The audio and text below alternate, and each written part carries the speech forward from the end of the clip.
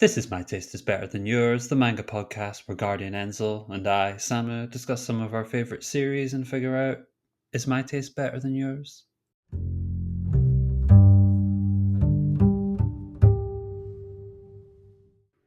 Hello, everybody. This is Samu for another episode of My Taste is Better Than Yours, and I'm joined once again, as always, by my co host, Guardian Enzo. Hello, Enzo. How are you doing? Are you ready for this episode? Hello, Samu. Always a pleasure. Looking forward to a fine discussion. Now, the reason why I ask if you're ready is we're continuing with Weekly Shonen Jump this week, and this time we're going into a series that I love dearly, and I know that you maybe don't love as much as I do. Um, so I want you to be very nice and not be too critical, and also we can prove that in this case my taste is better than yours. Spirit Circle Revenge. Spirit Circle Revenge. Well, yeah, I did not hold back on Spirit Circle, and I expect you're going to do the exact same thing for Akane-banashi. But before we get too much into our thoughts and feelings in this series, a brief synopsis for those not familiar. This is a story about Rakugo, which is a hundreds of years old traditional form of oral Japanese storytelling, where a single performer sits on stage and they reenact stories of every character. I usually say think of it like stand up comedy, except they're sitting down and it's focused more on narrative driven jokes rather than punchlines. For the story in particular, this follows our titular character, Akane Osaki. She is, she's a spirited, high energy girl who is journeying into this field inspired by her father and the dramatic direction his career took as a Rakugo storyteller when he tried to rise in the ranks for the profession. She takes up his mantle, and we see her since childhood that she's been preparing for the task. But cut forward, she's in her teens, late teens. She's about to leave high school, and we properly begin the story of her aiming to achieve what her father wasn't able to. And to do this, she joins the Arakawa School of Rakugo storytellers, and she aims to pass the Shinichi test and make a name for herself as a Rakugoka. And thus begins Akane's journey. Now, I think it is worth highlighting that Akane-banashi came at the time in the magazine where it felt like performing arts series was a niche that was being intentionally pushed. This happened a couple of years ago. We see it in a couple of other series, I think, like PPPPPP, which is one I love dearly, and Enzo has also read. And unfortunately, that was cancelled, but that had a great identity to it. And honestly, I would love to dedicate an entire episode to it because there's much to dig into there. And another one that I can think of quite recently was Tenmaku Cinema, which was done by the Food Wars Shokugeki no Soma duo.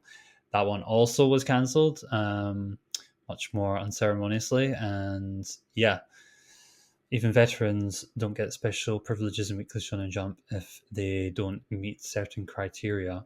But Akane-banashi came, I think, also with the absence of another series in the magazine that was cancelled, and yeah, Akane-banashi it found its popularity early, straight from the jump. It's been a strong performer in the magazine.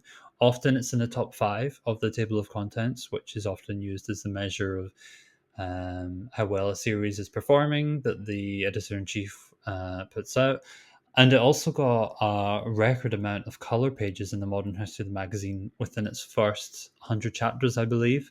Yeah, it's found a pretty nice spot in the magazine, which is honestly for me great and rewarding to see something that I was invested in from the beginning have that sort of success that I don't need to worry about its chances of surviving.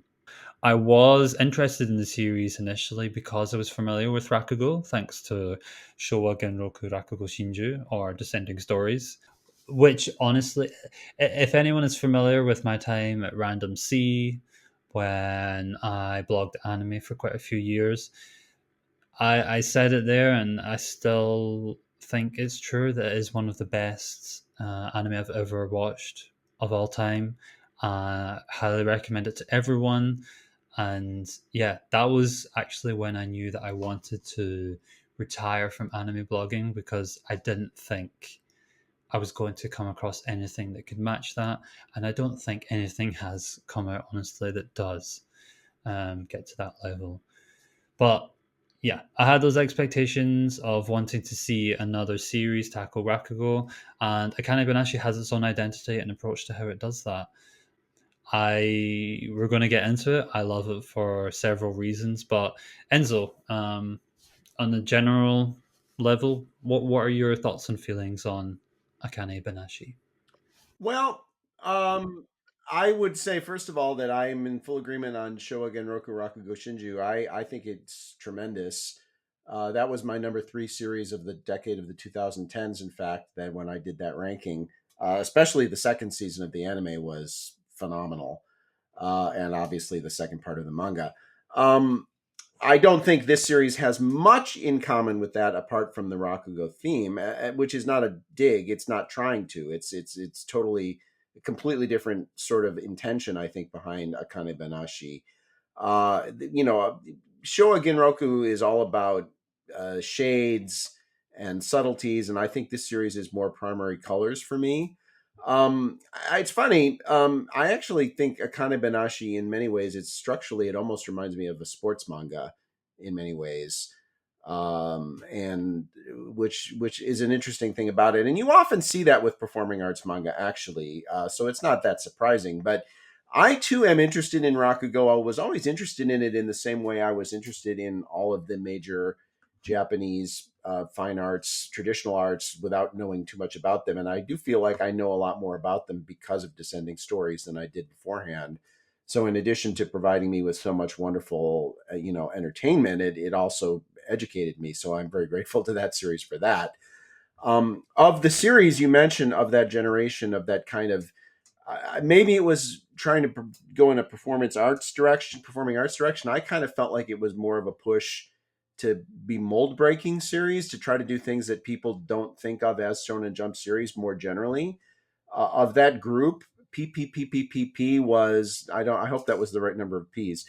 That was my favorite of that bunch, Akane Banashi included.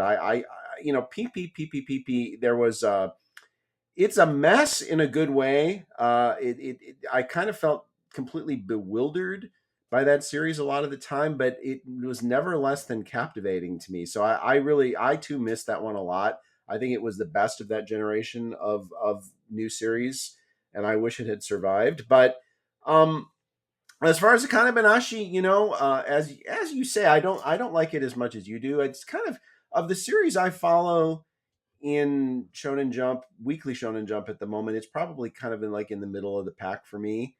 I would say it's funny about this series though is I have a habit of going to Kura Sushi or Sushiro, one or the other, every week in an evening after work, just to have a relaxing, get a booth, have a relaxing hour of conveyor belt sushi, ordering stuff off the iPad, and just taking as much time as I wanted and drinking green tea and reading manga while I eat. And for whatever reason, I love reading Akane-banashi when I'm having my sushi at Kura or Sushiro. It just feels like a very natural thing to me. Some manga, for whatever reason, I have manga that I always like to read when I'm eating ramen. That one I always like to read when I'm eating sushi. So, I in a perfect world, it's not a series that I would necessarily call out for extended analysis, simply because I don't have super strong feelings about it one way or the other for the most part, to be honest. But I do think it's very successful, and I think it will get an anime. And when it gets an anime, it will be even more successful. And I think it's a credit to the authors that they've found a formula here that really connects with people in a setting that wouldn't necessarily have been seen as a natural for the magazine where it's printed. I would argue that it is a more natural fit for Shonen Jump than it appears to be on the surface, but you still have to get past that initial disconnect, and I think it did a really good job of that, so I give it full credit for that. Yeah, I agree. I think Akane Banashi does a really good job of fitting in with the magazine. And it's funny because it is neither a sports series or a battle series, technically, yet it has elements of both and it comes as close as it can to both while still maintaining that it's a performing arts drama series. I mean, I mentioned the Food Wars Shokugeki no Soma duo with when they did Tenmaku Cinema recently. Hmm. This is very Food Wars, I feel like, in the way that it presents the characters and the Oh, quote it unquote is. battles as they perform the Absolutely. stories. Absolutely. So yeah, even though it's even though this is a topic which doesn't feel like it should work, it absolutely feels like a Jump series. Now, I think what I wanted to start with, and still keep it spoiler free, is the first chapter, which is essentially a prologue for everything that comes after. And I wonder, maybe, Enzo, if part of our disagreement comes from our expectations of the series, maybe based on that first chapter. I'll say at least that, you know, Akane. This I've already said that Akane is the main character, but originally we're presented with her father's point of view. This is Shinta, who's in the Arakawa school of Rakugoka. And he's almost like a false main character in a way. And you're setting up what feels like his journey, but then turns out to be his daughter's journey. Though what I liked from the beginning, and I think this is a brilliant first chapter, one of my favorites in Weekly Shonen Jump for a long time, is that the father daughter dynamic. I feel like it's quite rare for the magazine to see something like that. And that gelled with me instantly. It was something that I wanted to see explored more. We are getting it as the story goes on. Yeah, we can get into that more specifically. But I feel like the first chapter, even looking back on it, it sets up so much for the rest of the series and what makes it so enjoyable. So yeah, Enzo, I'm curious on specifically the first chapter. What are your feelings? Mm, I did like the first chapter a lot, actually. I didn't blow me away, but I never felt it is a very good first chapter. There's no question. It's grabby. It's a very grabby first chapter. I never felt like he was going to be the main character. I kind of sensed pretty early that that he wasn't going to be the main character. So I don't have any issue with the fact. I mean, I don't. First of all, have issue with false main character situations anyway. I think they can work very well. You know, Gurren Lagann is an example of one that pulled that off very well, although it took 7 episodes to do it. But so I don't have a problem with false main character scenarios, and I don't think this is one anyway. I never really felt that it was a false main character. Where I have some issues with the Shinta character, and this is, I think, more where we disagree, is not so much that he's not the main character after the first chapter, but apart from, I think, on a sort of a superficial level, I don't think he's even really that relevant after the first chapter. I think 90% of what happens in subsequent chapters would never really have to have been changed if the first chapter hadn't existed, in my opinion. Maybe 80%. There are moments where he sort of orbits into relevance in Akane's story, but for the most part, he's kind of out of sight, out of mind for me. And that's more where I have an issue with his arc, such as it is, than the fact that he's not the main character, which I kind of never really expected him to be anyway. I suppose, false main character or not, this brings us to his daughter, who is the main character, Akane. And I feel like most of what we disagree on might come down to our thoughts and feelings on her as a character. I know over the years, as we've both been reading it weekly as it's gone on, we've we've disagreed quite a bit on her character. So yeah, I'm interested to get into this. Which in that case, then I'm going to call this section the Great Akane debate on her character. Uh, I mean, it is worth knowing she's pretty much loved by, I feel like, by most readers of the manga. I've really not seen much complaints thrown her way, except when we're having these conversations. I have lots of feelings myself.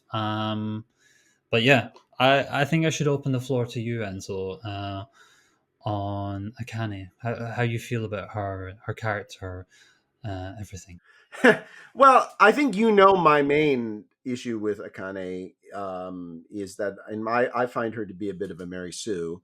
Now that said, there are series where I find main characters to be insufferable, and that's the only word that fits. Most of those series I drop, but there are series that I like enough that even if it has a main character that I find insufferable, I keep watching it.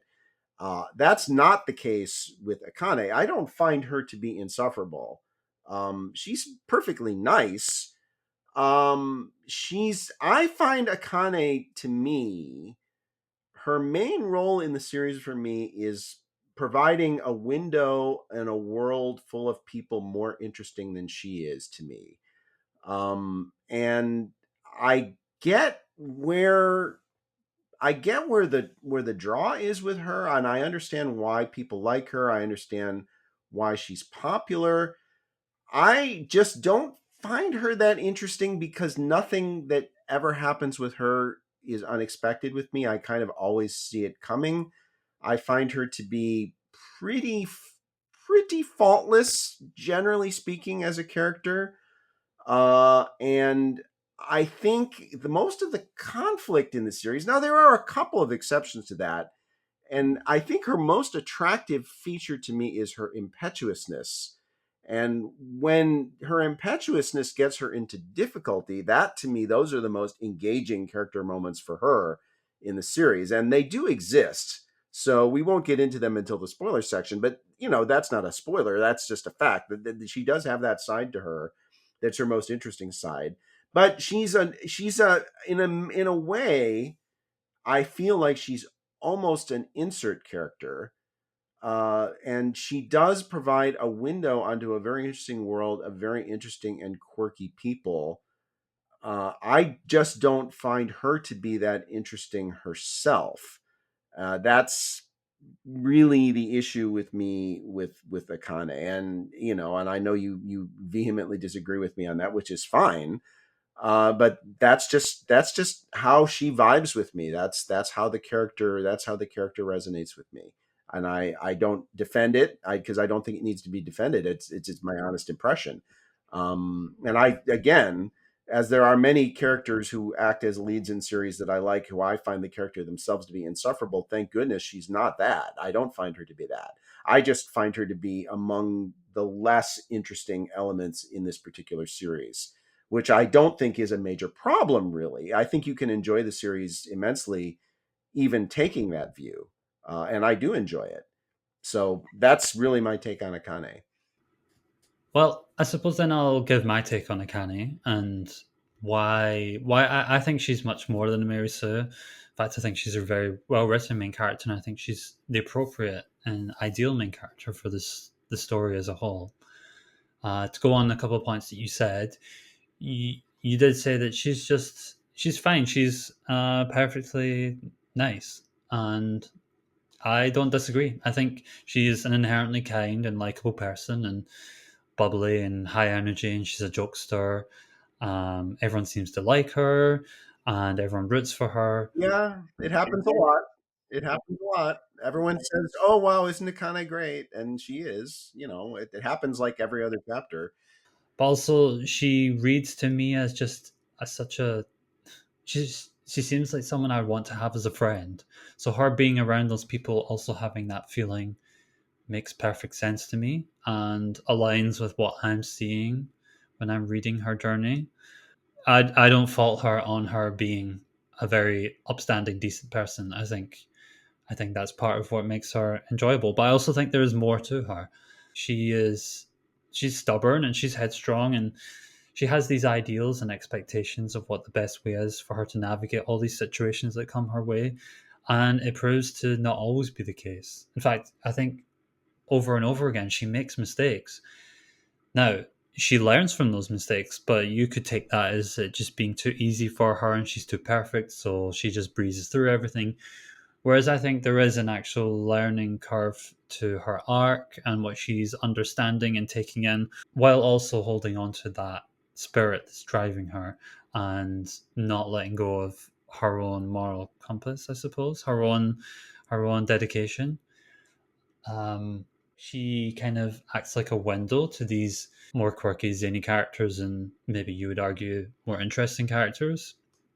That I feel is also something which is applicable to a lot of Weekly Shonen Jump protagonists, because often they are so tied with this long overarching narrative, and their journey, like they go hand in hand. So in some ways they are more restrained in how out there their character can be and the decisions that they make. And yeah, I think that's just a truth that I have come to expect from Weekly Shonen Jump main characters. And I feel like she embodies what makes a good protagonist in the magazine. I mean, like I said, she's someone endearing. I feel like they also have to be someone that you can root for their goal, which is quite clear and understandable, and someone who, maybe not 100% of the time, but you know, there are some exceptions, but someone who ultimately navigates the world with kindness and good intentions, or at least with a strong moral compass. And then someone who like makes mistakes but pushes through it for their greater ambition, which I think Akane has all of those qualities. And if I compare her to her contemporaries, to her peers, I would put her above so many of the modern Weekly Shonen Jump protagonists. Yeah, there aren't many I think that I enjoy as much as her. And when I compare in that way, it's I don't get to caught up in maybe she's a bit more plain and bland, in that sense. On her just being perfect again, for me, she's just a young prodigy type of character archetype, and her being talented and honestly like above the rest of her peers most of the time, I think is so baked into the narrative and intentional for the journey that we're going on with her, that it's never come across as unrealistic. And whatever she gains and progresses through, like the amount of time or whatever she dedicates to it, if it feels appropriate to me, it feels consistent with what we're led to believe, and she has enough misgivings and not respecting traditions and norms. And to me there is a balance, while I also like watching someone who is good at what they're doing be good at what they're doing. And I think that is an integral part of her as well. And she doesn't win all the time. I'm not going to get into spoilers, but there are important moments in the series where I thought actually she would have, and she doesn't. And those have impacts on the narrative and where the story direction goes from there. So she doesn't have a perfect track record either. Now, there is another thing that I think is important to highlight, which is she is a girl in a Weekly Shonen Jump magazine. You know, she's a main female character, and I feel like what I appreciate so much in the way that she's depicted is she's afforded character traits that so few girls in shonen seinen series, done in the wrong hands, aren't afforded. You know, she has these multiple various character traits that I've listed, and rather than being a singular definition, a singular archetype that is totally her personality, like it doesn't feel like she's just a tsundere or a kudere or yandere or deri deri. She's Nor is she an object of like projecting these ideals of what a certain otaku appealing female character should be.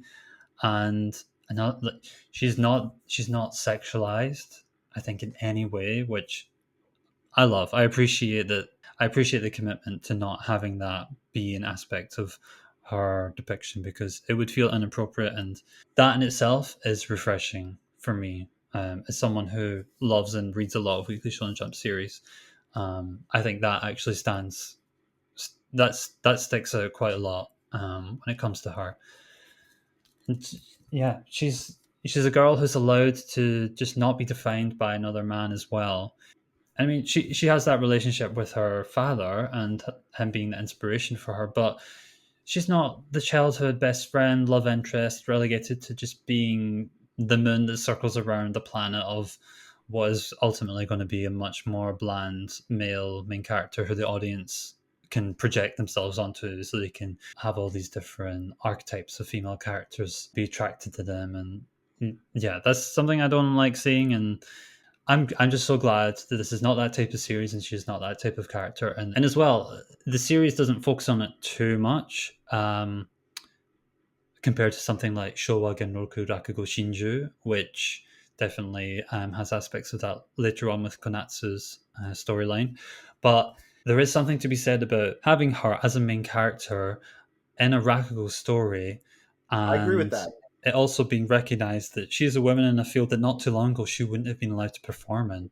It adds this whole other layer of her journey of her navigating what is traditional versus what is modern, and in pretty much every aspect, she's depicted as a modern voice with a modern approach and sensibilities, and so much of the drama that comes from what she does and how she interacts with others and puts herself across is with those conservative counterparts within this industry and clashing with those traditions and understanding how she can appreciate them, use them, or ignore them and do what she wants to do, take in what she learns, but not let it overshadow her.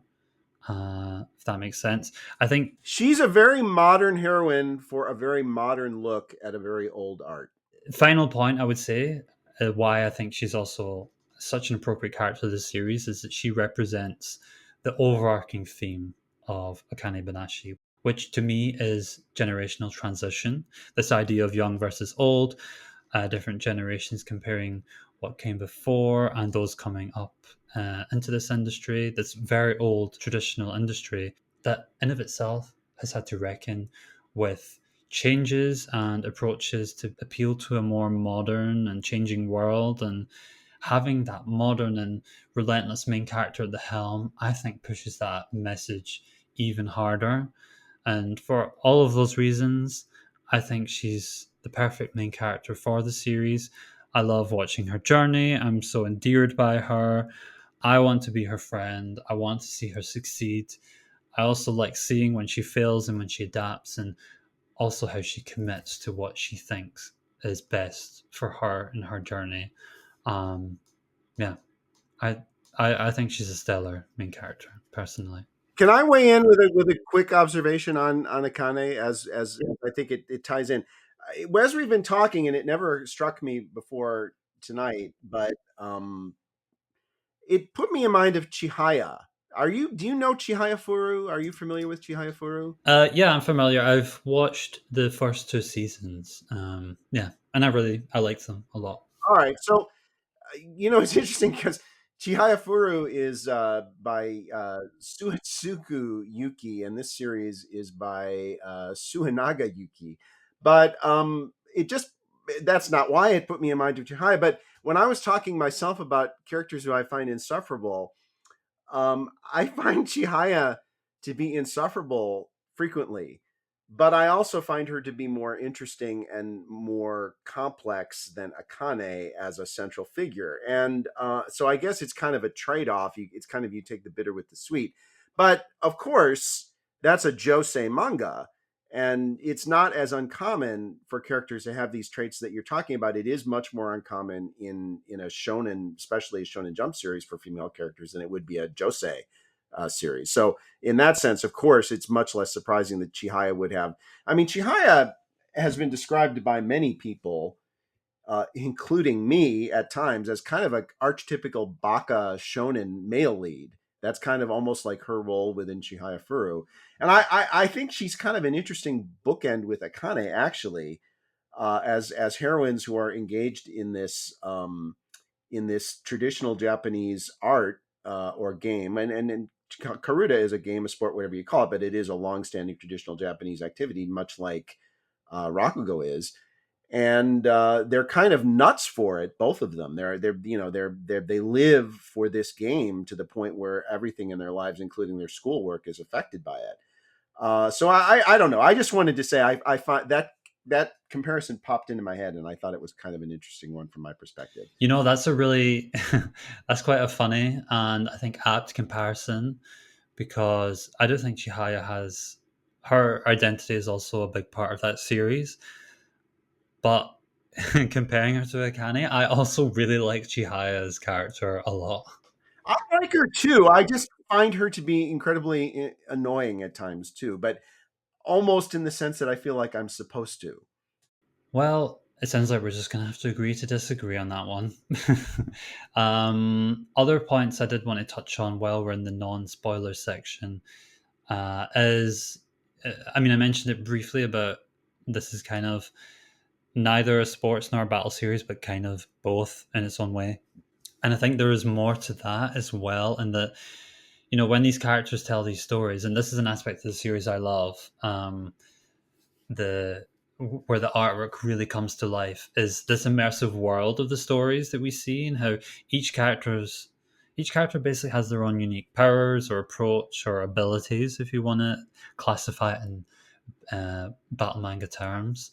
But yeah, seeing the world that they go to and how the art changes with all the characters and the different stories, I really love that. And yeah, more things that just feel very battle shonen about it are you have this expansive cast of characters, part of different organizations, of like people that are the best, the most powerful. That you see that trope in everything, every battle shonen, and I love it. I think everyone who loves battle shonen loves that. Um, there's also like this. There's pretty much its own level of power levels and ranking systems as well, so to speak, and to the point that there is essentially a battle system introduced within the series partway through, which is a parody of Hunter x Yes, it Hunter. does, which I made me laugh hard. Nin, it's Nin, right? Nin, right? Yeah, Nin. It's fascinating. It's this structuring of how to approach these different stories and what they elicit out of the people, and what your expertise can lie in certain ways. And yeah, having it just literally be a parody, but also applicable to the entire series from that point onwards. I love that. I love that development. What's really funny about the Nin thing to me is that when her senpai is presenting this thing to her, you can tell she has no idea where he got it from. Like she has no clue, and like he knows, and the mangaka knows, but Akane has no idea. She's a 17-year-old girl. She's never heard of Hunter x Hunter. She has no idea what this means. She just thinks it's some weird ass theory about Rakugo, but she ends up kind of adopting it in a way, doesn't she? Because it makes sense to her in context. So yeah, I do like that development. Full points for that. And then one more point I want to mention on while I'm listing things I love about the series is I think we really have an excellent villain here in Issho Arakawa, who is initially presented as this evil figure who ruins her dad's reputation, and that seems to be the case for his character. But there is definitely more to him, and it seems like each time that Akane and we, the audience, get to see him, it demystifies this expectation or idea that has been put across of who he is and what he's done. And you just begin to realize that he's being written and treated like he is just his own person with his own ambitions that make complete sense with his worldview. And it just so happens that they're completely at odds with Akane's point of view, which I love. I love that that's the direction we've gone with his character. The fact that he's going to be a continued presence throughout the series makes me very happy, because whenever him and Akane have that overlap, it's it's so juicy. That is like narrative gold to me. And another thing that I think is worth mentioning is, at the moment, there is no anime announcement at the time of this recording. I feel like it's likely soon. My prediction in my head has always been Jump Festa 2024 at the end of this year, and then a 2025 air date. I don't know. That feels like just appropriate timing on all fronts, and it's. I'm really looking forward to when this gets an anime. I will 100% be watching, and I just think about how popular it could become, because while I think the manga is excellent and I obviously love it for all the reasons I've mentioned, I do feel like there is a good possibility that if the anime is done well and it's adapted to its fullest potential, that could be the medium that is the optimal way of experiencing the series. Yep. You know, with with adding voice actors and the dialogue that is so integral to the story and what's being put across, and that's something that you don't get the full sense of when you're reading it, even if that's what you know has been put across. I really think that could bring it to life alongside, as I mentioned, this world of the Rakugo stories and the shifting different art styles that come throughout the series. That's definitely some way that it can add a creative flair that distinguishes between the real world and the stories. Yeah, I'm just hopeful that it has an adaptation that brings all those things to life in the way that it so could. And I suppose, Enzo, are you? Is it fair to say when the anime does come around that you'll be blogging it, you'll be covering it on Lost in Anime? Oh, 100%. Oh, I mean, if a manga I read gets an anime, unless they completely butcher it, I'm going to cover it. I mean, that's a given. One of my favorite elements of Descending Stories really is the Rakugo and how that's presented in anime form. Especially now, in context, that had one of the greatest directors in anime directing the series, and Ishida Akira particularly delivers to me maybe one of the greatest single performances in the history of anime voice acting as the protagonist. But the whole cast is great, but he in particular is amazing. So I don't expect the Rakugo realization in anime to be on that level here because that level was so great. You would almost never expect to see that equaled. It just that was a unicorn. But you should be able to make Rakugo more engaging in anime form than manga form just simply by nature of the difference between the medium, not only by getting good actors to deliver the performances, which I hope they will, but also stylistically how you, as you said, how you depict those alternate worlds that those storytellers are creating. There's a lot of interesting ways you could go about it, and I hope they do an anime adaptation that takes some chances artistically with that rather than does a very kind of a literal adaptation of it with just showing us a person on a stage telling a story, which I don't think will happen. um, the latter, I should say. I think they'll at least take some artistic liberty with it, but we'll see. I guarantee. I mean, to me, it's 100% that it will get an anime adaptation. I think it's 100%. It'll probably happen. I agree with you. Jump Festa in December would be a logical time for an announcement. But I think absolute latest we'll get a 2025 announcement, and I would expect a premiere sometime in 2025. I think it will do quite well. I think it's a quite, the manga sells well for a Jump manga with no anime. It does very well. I think like Blue Box, it'll probably be just a notch below Blue Box in terms of broad penetration and overall commercial success, but not much would be my guess. And I think it'll do very well. Based on the history of what they do with their anime adaptations, you would expect them to give it a decent budget at a pretty good studio. So, if as long as they don't butcher it, I think it's an opportunity. I think it's given the thematic nature of it. I think the anime should be better than the manga. Really, I mean, it might not be, but it has every opportunity to be if it gets the right people involved in it. Well, with that, then I think we can jump into a spoiler discussion. Won't be too long. There's just a couple of things I think we can touch on here. So this is the warning for everyone who is not up to date with the series. Um, yeah, we mentioned about the dynamic of Akane and her father, and basically, how do we feel about that? I would say, from my point of view, yes, it is a slow build up, and there has been an absence of him narratively. Do I think his return to the story has been later than expected? Yes, it's different from what I thought. We're like roughly around 11, 12 chapters time of recording. He's come back into the story quite recently and is quite important again. Though, if the series is going to be this longer running title, I'm thinking something like 300 ish chapters, something like that. then maybe the fact that this is only now coming to fruition with her and her father and all the other characters who overlap with him, while that this might feel late from what we thought in the beginning, maybe in the grand scheme of things, it actually won't feel that bad when we look at it in its totality. And this will feel like the appropriate time for him to come back into the story.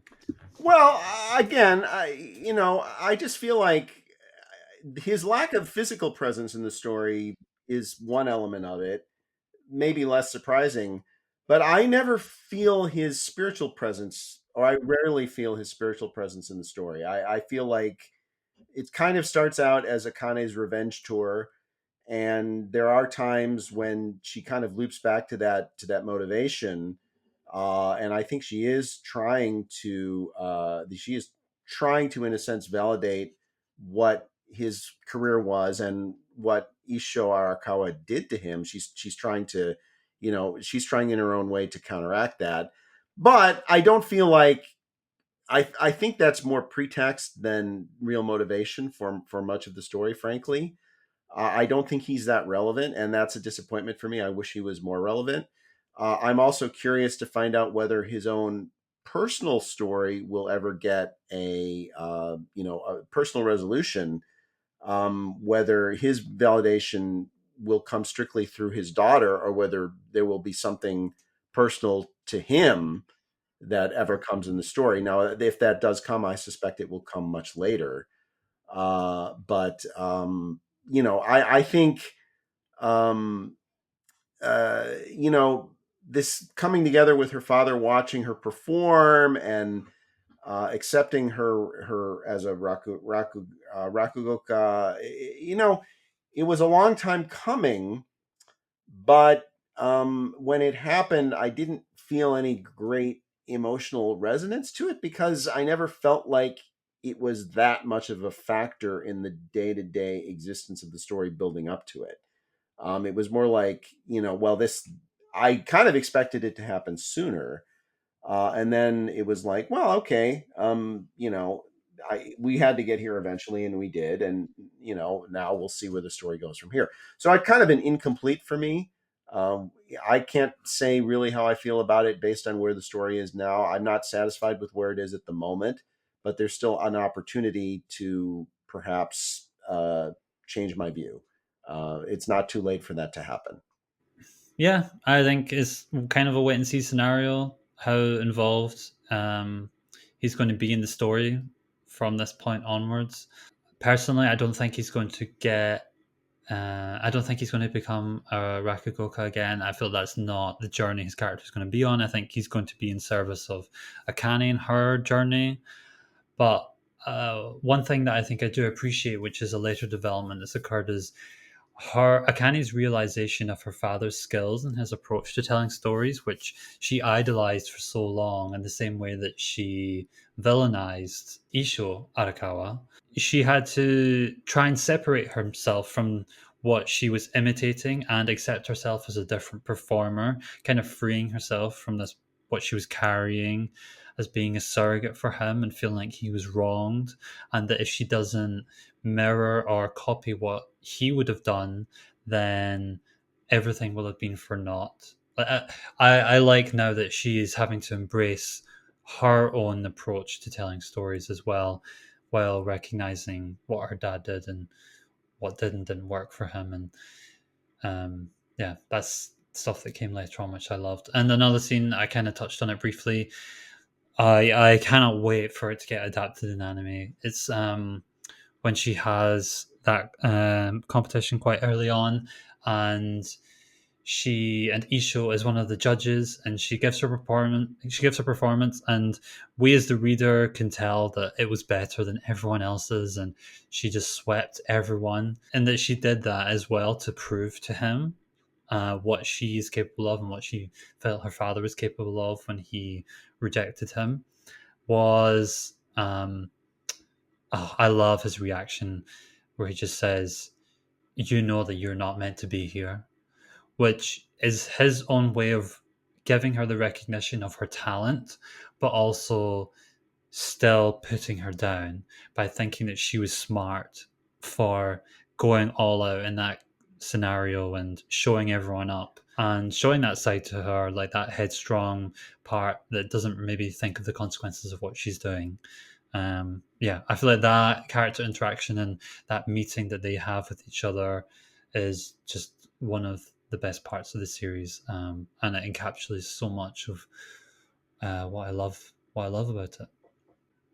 Okay, well, I feel like I've said everything I wanted to and put across all the reasons why I love this series so much and why I would recommend it to everyone to check it out. So, Enzo, if you're all good as well, I think we can move on to the recommendations for something similar. For my side, now I did allude to this series earlier when I was mentioning about the editorial push in the magazine for performing arts series, and that's because this series was running in Weekly Shonen Jump and was cancelled very abruptly. And that is Actage, which was written by Tatsuya Matsuki, who the less we say about him, the better. And the art was by Shiro Usazaki, who just among everything else, so unfortunate for her. I know she's had two one shots in the magazine since then. I really do hope that she comes back for serialization. I know that I and so many other people will rally behind her and want to see her succeed because she did have a hit in her hands. Um, Actage at 12 volumes was selling over 100K per volume. It had a stage play announced. It it wasn't official, but there was absolutely an anime likely around the corner. It was riding so many waves to just be one of the next big things in the magazine, and I can't lie, I loved it. It was one of my favorites during the time that it was being published, and I feel like to pretend otherwise would be it just wouldn't feel correct. I can't sit here and pretend that it's suddenly a bad series and that no one should read it. I mean, it's up to everyone. Everyone has their own choice on what they want to do, but the reason why I recommend it off of Akane-banashi is, you know, Akane-banashi might not have existed if Actage was still around. I feel like that's a very high possibility in how things have turned out. But I think narratively as well, they have so many similarities. They both are this about the story of a determined young girl in the arts whose talent basically allows her to transport herself into these environments that she performs in.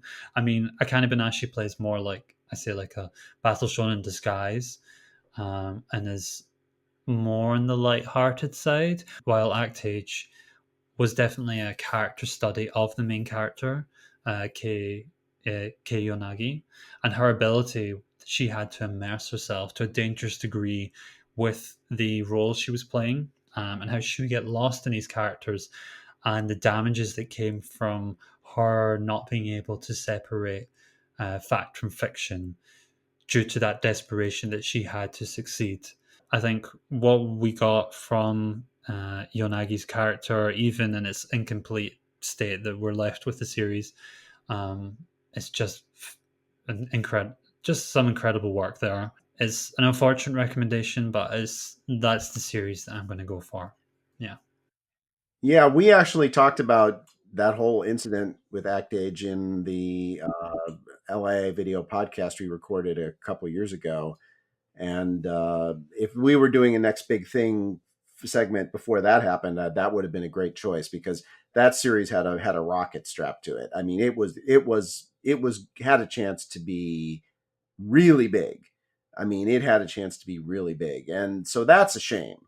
It is a real shame, and but as you say, if there's any positive that came out of it, that may have been not have been enough oxygen in the room for another series you ended up loving to come into existence if it hadn't imploded. So I guess there's your silver lining, right? My pick is a little less of a little less poignant, a little less of a controversial element, and that's Kabukibu by Ada Yuuri, which is one of the rare series. It was a manga, but it actually started out as a light novel, and it's one of the relatively rare series that started out as a light novel. that I really, really liked. But I did really like Kabukibu. It had an anime adaptation too, which was quite good, of the first arc or two, 12 episodes, I think. And it's a story about a young high school student who's fascinated by a traditional Japanese art, in this case, kabuki. And it's not, it has some of the same element of being a fan letter to the art itself, which I find in Akane-banashi, which is a fan letter to Rakugo. Kabukibu is a fan letter to Kabuki. It's also it's more focused on the disconnect between what he's interested in and what most high school students are interested in than Akane-banashi is, because more of Kabukibu takes place in a school setting, whereas Akane-banashi only very, very rarely enters into the school setting because she's actively pursuing a professional career, and that's not happening in Kabukibu with the protagonist, although it is happening with another character. And it just has some of the same positivity and really overall, just kind of an energy to it that I find in Akane-banashi. I find that in Kabukibu as well. It has a real jump, pardon the pun, to it, and it really brings an ancient art kind of into a modern setting in a very lively way. And I like it better actually, but I do think it's a really good fit for someone who's interested in something like Akane-banashi. I think Kabukibu would be something that they would really enjoy. So that is my recommendation, And Kabukibu for by Ada Yuuri. and for that series as well, correct me if I'm wrong, but there are like multiple ways to watch and read it: anime and manga and light novel. Yes, manga and anime and light novel. Okay, okay. Well, final part of our episode then is we're going to go on to our scores. So, Enzo, I want you to be very generous and very nice to one of my favorite series. What is your score? Okay, why don't you leave the room for a minute and um uh I'm gonna give it a 70. I like it. I can't go higher than 70 because for me, over the course of the how many chapters are we at now? 100 chapters, or a little more than that. I'm up to date, but I forget the exact number. But I've never really had any deep emotional moments where I really felt like powerfully moved by it, and I've never really felt surprised by anything that's happened in it. And so I find it an enjoyable experience. I find it a straightforward, enjoyable, fun, likable story about an interesting subject and presented in an interesting way, uh, with interesting. I like the artwork. I don't find the art and character design to be, I don't find it to be gripping or anything, but I think nothing about it is unpleasant. I enjoy it. It has occasional kind of moments of inspiration, like the Nin thing. I really enjoy, and there's one or two of the side characters who always leave me wanting more, that I found to be really interesting for the two or three chapters that they're there, and then we don't see them again, or at least not for a long time. So I can't go higher than 70, but it's a 70. I have affection for it. I enjoy it. It doesn't ever reach me deeply in any way, but it doesn't inspire any feelings of negativity in me really either. So that to me is kind of the definition of where that score falls. Okay, I've come back from leaving the room, and I'm just going to assume that you gave it a high 80 or a 90, something like that. Yeah, okay, that's It's cool. That's cool. Um, so from my side, I've said everything on the reasons why I love it so much. My final score is a 93.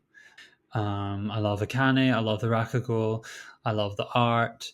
I love all the characters and the dynamics and the journey that we're going on here and what Akane represents within the story, the themes, the generational transition theme that we're getting here.